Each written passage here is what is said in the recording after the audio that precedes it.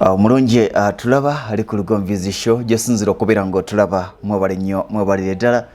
nga butera okukola nti bwe tubeera ne estate empya tukulaga ebitundu ebyenjawulo tukulaga amakubo ag'enjawulo mu kaseera kano tutandikidde Bulaga kino kyolengera kye kikka ku Watoto Ssumbwe njagala okutumira ku bannabulenga mwenna bannabulaga bannabuloba twagala okutunulira ebitundu ebyenjawulo byoyitamu okutuuka ku estate empya ey'Kisamula ku Mityana Road. Kisamula omala kuyita Buyala bw'oyita Buyala odda Kisamula ate n'olyoka ogenda e Bujuuko osooka Kisamula nodda e Bujuuko nodda e Muduuma n'olwekyo Bujuuko Muduuma atuli maaso naye ng'eyono yemu ku tawuni nga bw'ozirabye yemu ku tawuni enene zikwatiridde Mityana Road era abantu bangi ewantu awo bayitawo ku Mwenda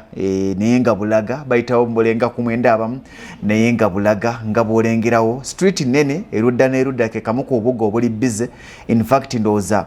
sisuubira nti waliwo omuntu ekisobola okumujja e Bulaga unless otherwise obanga akozesebwa n'agamba nti ajja mu Kampala kubanga amayumba osobola okugafuna wadde nga nago gafuuse gakunoonya olw'ensonga nti abagagala be bangi naye bw'ofuluma ekibuga obeera otandise okwolekera akatundu akamanyiddwa nga Buloba twagadde okubanga tutambula ffenna okulaga ebitundu by'oyitamu okutuuka ku estate empya yaguddwawo ku bukadde 13 fuuti 5 ku 10 ate ng'ekyapa kyo ogenda nakyo butereevu w'osasulira ssente zo ekyapa kyo ogenda nakyo awo tuba tuyingira mu butundu obwa Buloba. Mityana Road abantu abatasobola muggulako emyaka ng'ebiri emabega Mityana Road akuze nnyo omwaka oguwedde 2021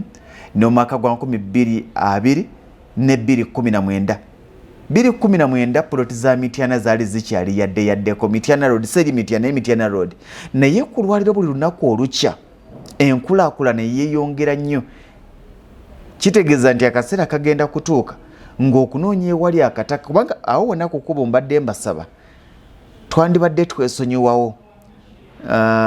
eyo tuyise ku Devana eri awo Buloba abantu bangi baga nti mwami Lugonvu poloti ezo ziri ku Kolansi muganda wange Uganda yaliro kye bayita kati ogula poloti ku Kolansi mu Kampala Metropolitan bwe tujogera tutegeeza Mukono tutegeeza Wakiso tutegeeza n'Empigi yennyini bye bitundu bitegeeza naye bw'oba ofunye wona Devana eyo gye tuyiseeko kati we tukkirira awo tukkirira tuyingidde Buloba awo ndowooza ekikubo ekikkirira waliwo abaadigiriranga ku Forex Park weewo kiri awo kikkirira bakolera ne Walagi awo wonna tewakyagulikako ku lwaleero Buloba yaliro okugigulamu poloti fuuti 5 ku 10 y'ekyapa tuve mu bye bagamba nti owetera Buloba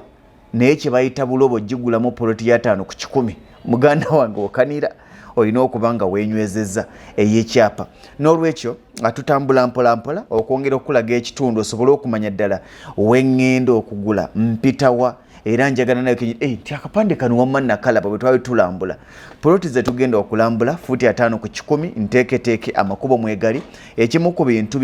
bye twesigaliza ekintu kye bayita amakubo ekintu kye bayita amakubo twakyesigaliza mu estate tukuwe ekkubo nga amakubo gayisa abantu babiri tewabagamba nti ki oba ki wano we tuli tuli mu Buloba akamu ku bubuga obuzze bukula mpolampola naye ku lwaliro bwe bagamba nti kaakati noonyeza poloti ye Buloba okanira naye ng'era nkibaddiramu nti bannange poloti z'okukkubo ku Kolansi okufuna 5 ku 10 y'oku Kolansi olina okuba nga weesibye ebbiri ge mazima si nti tefunika naye olina okuba nga weenywezezza si bye byanyina obukadde bwange 25 njagala ku Kolansi muganda wange kati kano ke kamu wano bayita Buloba ku Musaalaba ke kamu ku butale bw'oku Musaalaba awo wonna tuyingidde tawuni y'e Buloba ndowooza olengera ebizimbe ebirimu oyo tuli ku Mityana Road ekimu ku bitundu oba ezimu ku nguudo ezikulaakulanidde ku misinde emiyitirivu y'ensonga lwaki nti kati poloti zaamu okwegaganula ozisanga mu Bujuuko waliwo eyabadde gwe nabadde ndaba yagambye nti yagula e Bujuuko fuuti 5 ku 10 ku bukadde 9 kyesimanyi oba wagula kyapa bw'obanga ddala wagula Bujuuko nga wagula wali mu kilomita nga nga 3 okuva ku Kolansi nga wagulawo obukadde 9 nga kyapa mbadde nkusaba bwe ziba nga zikyaliwo njagala kugulayo poloti zange nga 5 ku bukadde 13 ne 15 nja kusaba nzigirire eyagguza ku 9 mugambe nti waliwo azaagala e Bujuuko awo naye nga ono ye Buloba mu kaseera kano gwoli mu kulaba kati bw'ova Buloba ate obutundu buno bujja bweddiringana Buloba waliwo ekikirira ne kigenda kigwa ensangi ndowooza abatambuze mu kimanyi nnyo jamu bwatukwata ennyo ku Masaka Road naddala mu nnaku enkulu nga tujja tuyita wano nga tugenda tugwa ensangi ekiyitibwa nawa wensobola okukolera ekyo kyo kiveeko oyo yenna gwolaba kati nayo tawuni ya Buloba nga bw'ogiraba eyo yonna tawuni ya Buloba nga bw'ogiraba awo woyita bye bibuga byoga nti ne bwe mba sikoledde mu Kampala kubanga nzize nkibagamba nti nze nkitunuulira nti Kampala aliko bannannyini awo olabye emmotoka wekirira ku Africa ewali ekipande kyekikuba ekigenda ne kikusula ate ku Masaka Road ensangi abe naye aba Buloba kati tukkirira okubanga twongera okutunulira oluguudo lwaffe naawe kennyini okwetegereza nti singa ngula poloti ku luguudo luno ne bwe mba nga sikoledde Kampala nyina we nsobola okukolera ekyo kigambo kikulu nnyo kubanga kati ebirowoozo by'abantu byakyuse Kampala yafuuse w'abalondemu ate akaseera kajja Kampala asigalimu amaduuka agasuubuza gokka kubanga otunulira ebbeeyi ya edduuka okupangisa mu Kampala ku lwaleero omuntu ava mu dduuka n'ali kuguza goodwill n'agamba njagala obukadde 3 njagala obukadde 4 goodwill kitegeeza nti tosasudde edduuka tonnasasula za rent eyo vocational eya Buloba vocational waliwo essomero awo wansi erimu kugambanyi Ivory International School Bulaga ndabye Bulaga Buyala yes gegamu amasomero wegali wosobola okusomera amatendekero amalwaliro n'ebiringa ebyo kati ate wano wetuli olwotandika okwambuukiriza okugwa ekisamula kumpi siwala era bwogerageranya olugendo ono ku lugendo lw'empigi wano kumpi okusingako kumpi era ensonga lwaki akabeeyi okawulira nti nako kali waggulu muko wadde nga n'empigi ku lwaleero waliwo wali ebitundu ate ebyebbeeyi ebitagambika nawudo morini kemusinga okuwoomerwa nkalabye kati wano bayitawo Buyala wano woolaba we bayita Buyala nako katundu kakuze ku bwako kalina ze zikwaniriza in fact Mityana Road okuviira ddala ebusega bulenga okutuuka ebujuuko kalina ze zikwaniriza zisimbye era ku kkubo nkigamba muganda wange nti bw'oba oyagala poloti y'oku kkubo sinti tojja gifuna naye sente zikuŋŋaanya obeere nazo nga ziwera kati kano oluva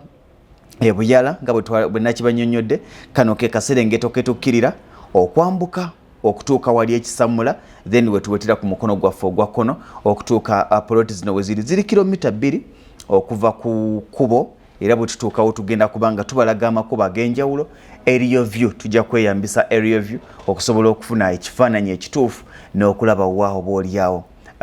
ettaka lino poloti zaffe we ziri ku bukadde 13 za kyapa 5 ku 10 ndowooza olaba kyekugamba naawe bakulaga basitudde kalina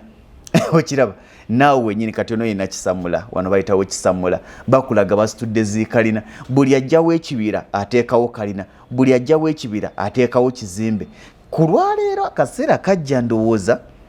nga si kyangu kyakufuna kumala gafuna poloti ng'oyina kugulako oyo yagula edda n'azimba n'omenya n'osawo design yo oba n'olekawo eyoyo oba n'ozimbira ku ye wano wetuwetera wennyini wano wenyini wetuwetera wano okay awo wenyini kati twagala okubanga ate tulaba webale nyonza nyidde akantu akalungi eno tuli ku ttaka wenyini bano be ba neighbors nga bwolengera ze zimu ku nnyumba z'aba neighbors bazimba ab'amabaati ameeru bino byonna ag'amabaati n'ebizimbisibwa osobola okubijja mubanafu abalwengo General Hardware balina ebyokuzimbisa eby'omulembe era batuyambye bangi abasevinga ne Lwengo General Hardware baterekayo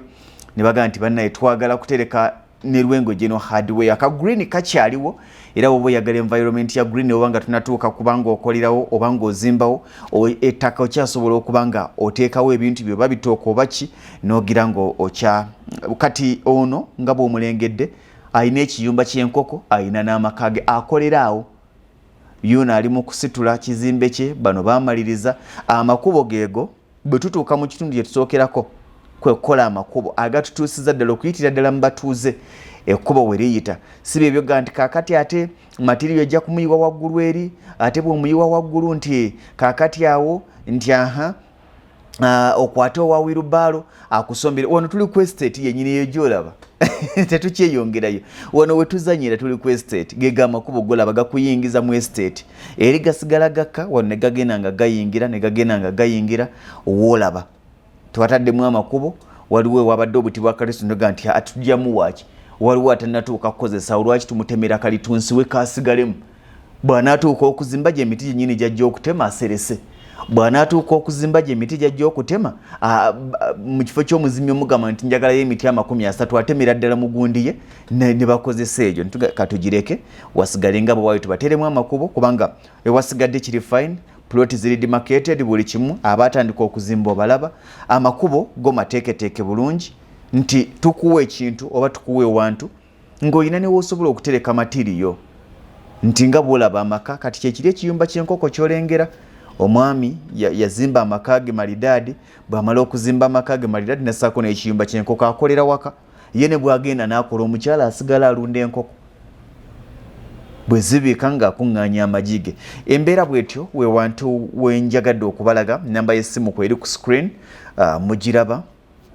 eya 0753 98 5639 eno basimbi ba kalitunsi kubanga kuvira eri ddala eri ku Collins olengera bibira bya kalitunsi naye akasimanyi oba omwaka guno ogunaggwerako nga tukyalina ekibira kyonna ekya kalitunsi kubanga okuva ku Collins mulabe gye basitula zi kalina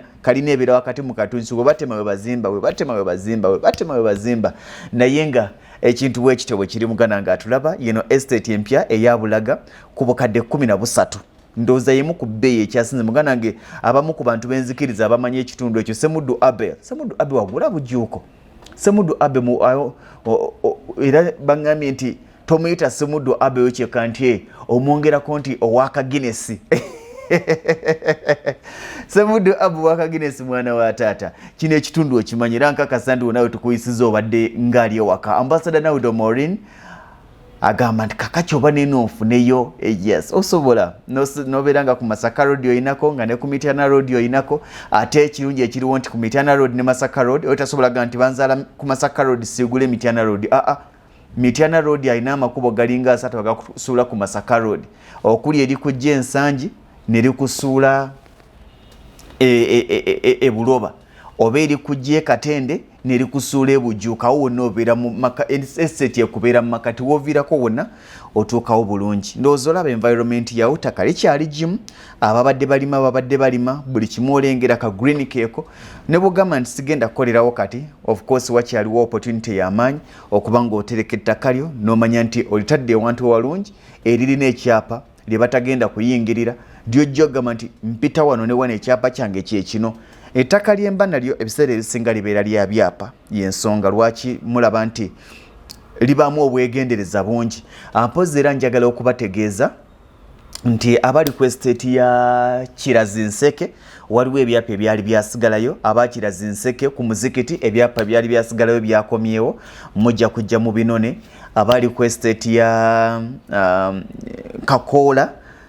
Kakola phase 1 ebyapa byakomawo dda wadde nga nkyayina byennina wano Kakola phase 2 ewane wali amaka ga Haji amanene ekyemmanga we ebyapa byakomyewo mujja kujja mu binone ate nga wano maaso ga Haji nabyo mu bbanga lya wiiki ndowooza nga 2-3 bigenda kubanga bikomyewo mujja kujja nabyo muberenga mu binone naye nga wali ekyemmanga